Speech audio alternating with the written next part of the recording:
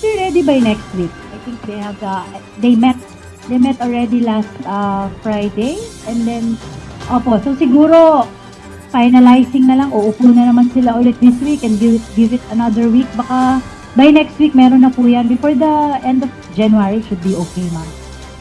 Nagkaroon na ng pagpupulong ang Department of Social Welfare and Development, National Economic and Development Authority at Department of Labor and Employment kaugnay ng bagong guidelines para sa implementasyon ng ayuda para sa kapos ang kita o AKAP program ngayong taon.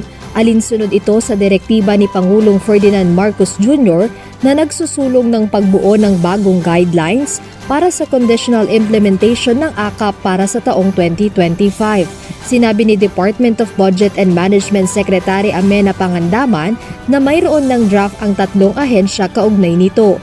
Kasama sa tinitingnan ng mga nabanggit na ahensya ang paggamit ng national identification para sa pagtukoy ng mga lehitimong magiging benepisyaryo ng programa. Ang na-mention lang sa akin ni Sec. RC, he also mentioned it during the cabinet, is that to ensure that magamit yung national ID sa pag-distribute for the beneficiaries of AKAP and other social protection programs like AIX and TUPAD.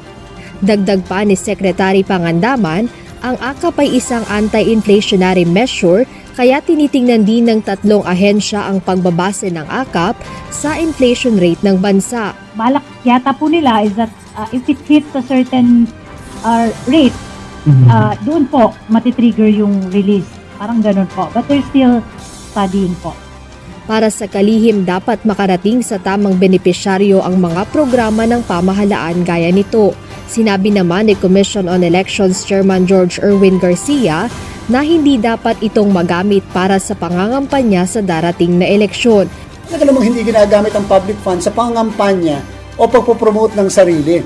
Ang public funds ay ginagamit sa pagde-deliver ng basic services sa mga mamamayan. Yan po ang maliwanag na maliwanag at yan ay nakaatang sa balikat ng executive branch of the government. Para naman kay Senator Sherwin Gatchalian, hindi ito dapat gawing gantimpala o pabuya sa mga supporter ng kandidato o politiko. Dahil executive na ngayon ang nag-implementa ng mga programa na yun. So hindi parang reward yan na pag sumama ka sa akin ay may reward ka. Hindi pwede yun. Bawal yun. But ang punto ko, kung nangyayari yan pork barrel talaga dahil dapat ang Kongreso, Senado wala nang kinalaman sa allocations. Ipapaubaya na ng COMELEC sa DSWD ang pag-regulate ng distribution ng ayuda sa mga benepisyaryo nito. Alam natin na ang DSWD ay nagsabi na maglalabas sila ng guidelines na napaka-stricto para maipatupad ng maayos ang distribution ng mga ayuda na to. At sinabi natin, dapat bigyan ng kopya ang Commission on Elections.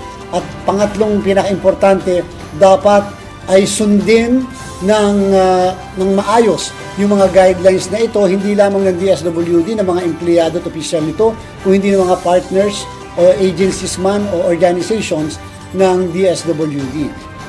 Sa posibleng mananamantala sa distribusyon ng ayuda, ayon sa COMELEC, maaaring masampahan ito ng kasong kriminal dahil sa pag-abuso sa pondo ng gobyerno. At para naman sa isang kandidato sa darating na eleksyon, ay maaari naman itong madiskwalipika.